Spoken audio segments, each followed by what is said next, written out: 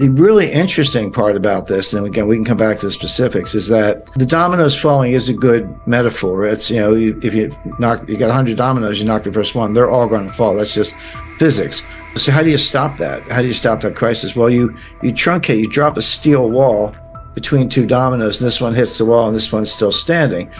But that's the bailout. The problem is each crisis tends to get bigger than the one before, which means each bailout gets bigger than the one before. My question, are we now at the point where the needed bailout is bigger than the capacity of the central banks, that they've pulled all the rabbits out of the hat, played all their cards? And again, this goes back to what I did say about the Silicon Valley Bank rescue. It is the biggest bailout in history, and I can explain why. But if that's the case, what else do they have? So now we're dangerously close to the point where, as the crisis gets worse, it's no longer, oh, gee, let's wait for the Fed to bail it out, or let's wait for the ECB to bail it out. You get to the point, I think we're there, where you say, no, these guys actually can't stop it. And you lose confidence in the currency itself. It's the dollar, the crisis is the dollar itself, and the euro, goes along with that. And then that's the crisis. And there's no way to bail out a dollar crisis with dollars, because you're just pumping more of what people have lost confidence in. And then, then where do you go? And there are good answers to that. We've seen it, again, we've seen it all before. This is big. It's not over. The regulators will attempt more bailouts, but we're at the point where I think you can start to question the regulators themselves. Let's go back to Brazil, Mexico, Argentina, the Latin American debt crisis, broadly defined in the early 1980s. That played out, the intense phase lasted about 3 years, 82, 83, 84. It wasn't until 1990 that we got around to Brady bonds, which were the ultimate refinancing technique. But the intense period lasted about 3 years. Come forward to 1998, long-term capital management. That was about 3 months. That was July, August, September 1998. SVB was 3 days or less. It was like Wednesday, Thursday, Friday, and done. I talked to a guy, no reason to mention names, but runs one of the largest endowments in the world, and he said, Jim, we were moving $8 billion out of Silicon Valley Bank, and we got the wire transfer request in, but we didn't know, because you get to close business Thursday. We didn't know until Sunday that the money was going to move. We got a confirmation on Monday. We didn't end up moving the money, but there was about a 48-hour period there from Friday to Sunday when no one knew that the wires hadn't been completed. The recipients didn't have them. It was just in limbo, and it worked out. One of the big crypto promoters, they had $3 billion in Silicon Valley Bank. And they talked about, all these small entrepreneurs and startups, they got 100 employees and $5 million in working capital, and that money's gone and they're all going to fail. There was something to that. But the fact is, you had Roku, Cisco, eBay. I mean, there were huge companies with multi-billion-dollar deposits in that bank. It wasn't all a bunch of little guys. So, but yeah, you can, in the old days, you had to line up around the block, and maybe it was raining. You're standing there in the rain waiting for your turn to get up to the tower. Now you can be in line at McDonald's, with your cell phone, and just a couple hits, QR code, and boom, $10 million is gone. And what Peter Thiel did, and he was right. I mean, I'm not criticizing him. He got his own money out, but he sent out like an SOS to Silicon Valley. He said, all of you, whoever you are, get your money out now. And a lot of people did, and that was that $40 billion. So the time frame is becoming more compressed because of technology. You're exactly right about that, which means that the response function has to be equally compressed, or else you are going to have all the consequences of an honest to goodness global financial crisis. And I'm not sure if everyone knows the sequence, but on Friday night, March 10th, the FDIC took over Silicon Valley Bank. And they issued a press release, and they said, here's what we're doing. We're taking over. We're putting it into what's called a receivership. Anyone with $250,000 or less, your deposits are fully insured, no worries. You'll have your money Monday morning. And over $250,000, your deposits are gone. They didn't say frozen. They didn't say suspended. They said gone. And they gave you a receivership certificate, basically an unsecured printed up IOU from the FDIC, but not money. and it's a receivership certificate. And they said, hang on to them. In effect, we're going to sell assets, and as and when we realize proceeds from assets, we'll give you something. We'll give you distributions on these things. Don't know how much, don't know when. We'll do the best we can. Remember in the RTC days in the early 90s, it took them 2 years, and they were very efficient. I worked with them at the time. We were in their offices when we were sitting on boxes because they didn't even have furniture, but they were doing deals. So they had the right attitude, but that took 2 years. So and that was it.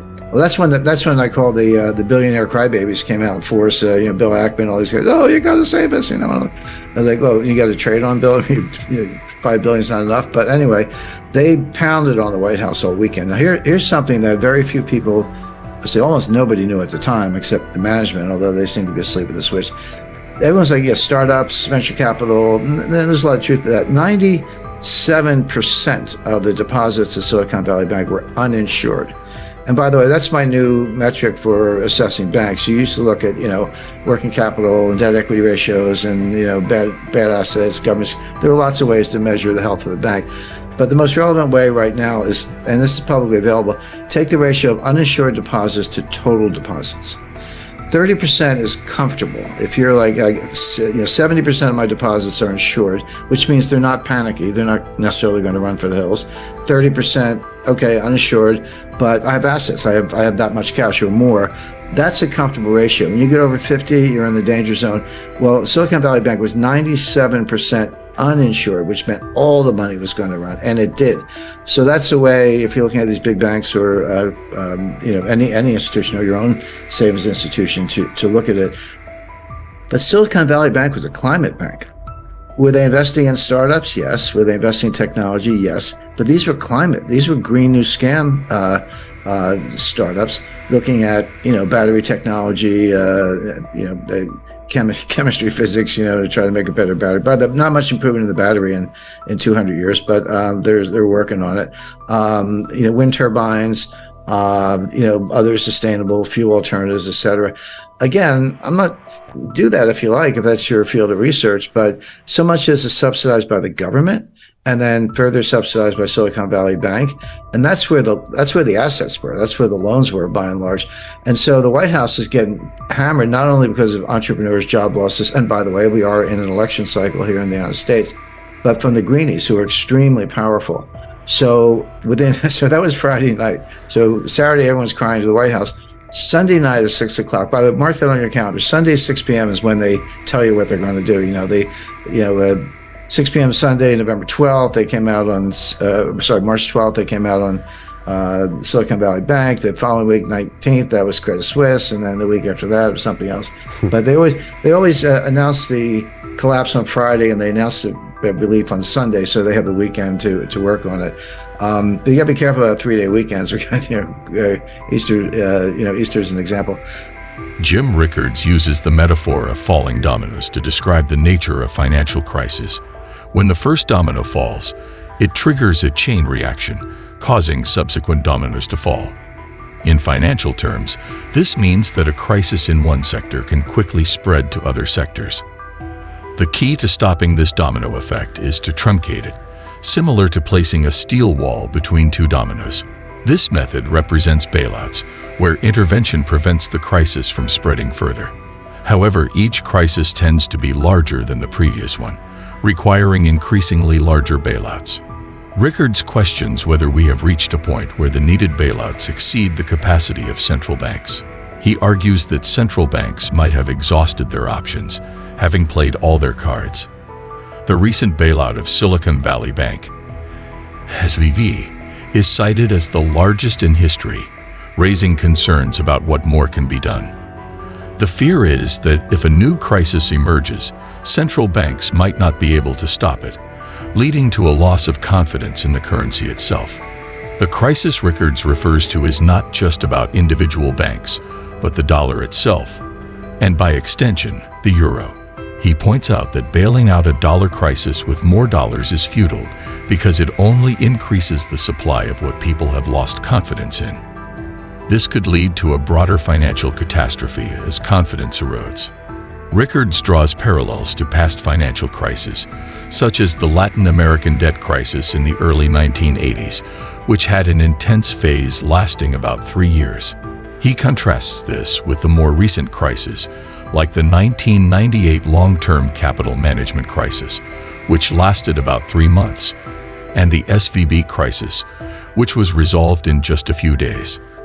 The speed of these events has accelerated due to advancements in technology, necessitating quicker response times from regulators. During the SVB crisis, the Federal Deposit Insurance Corporation, FDIC, took over the bank on a Friday night. They assured depositors with $250,000 or less that their funds were insured and available by Monday morning. However, deposits over this amount were deemed gone, and depositors were given a receivership certificate, essentially an IOU. This caused panic, leading to significant pressure on the White House to act swiftly. The bailout of SVB was influenced not only by concerns over startups and job losses, but also by the pressure from powerful green energy advocates, given the bank's involvement in funding green technology startups. This political pressure, combined with the need to stabilize the financial system, led to a rapid response. Rickards highlights the role of technology in accelerating financial crises, with the ability to move vast sums of money quickly, as seen with Peter Thiel's withdrawal from this SVB. The response from regulators must be equally swift to prevent a full-blown financial crisis. The SVB crisis saw $40 billion withdrawn rapidly, illustrating the speed at which modern financial systems can unravel. Rickards suggests a new metric for assessing bank health: the ratio of uninsured deposits to total deposits. For SVB, 97% of deposits were uninsured, making it highly vulnerable to a bank run.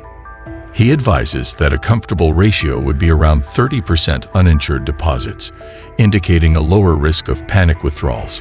The SVB crisis was further complicated by the bank's significant investments in green technology startups, many of which were highly speculative and heavily subsidized by the government. This made the bank's asset base particularly risky, contributing to its vulnerability.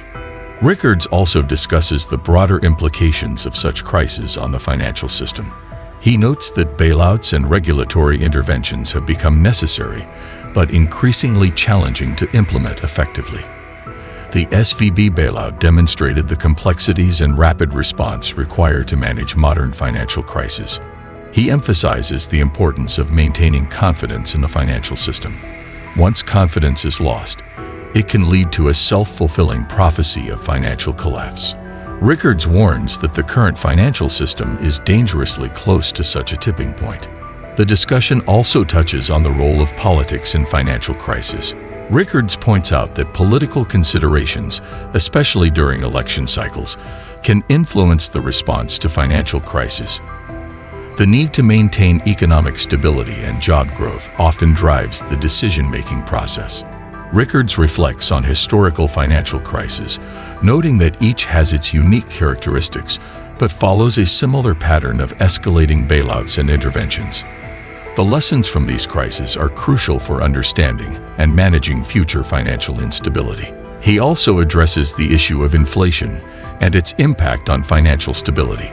High inflation erodes confidence in the currency and can exacerbate financial crises.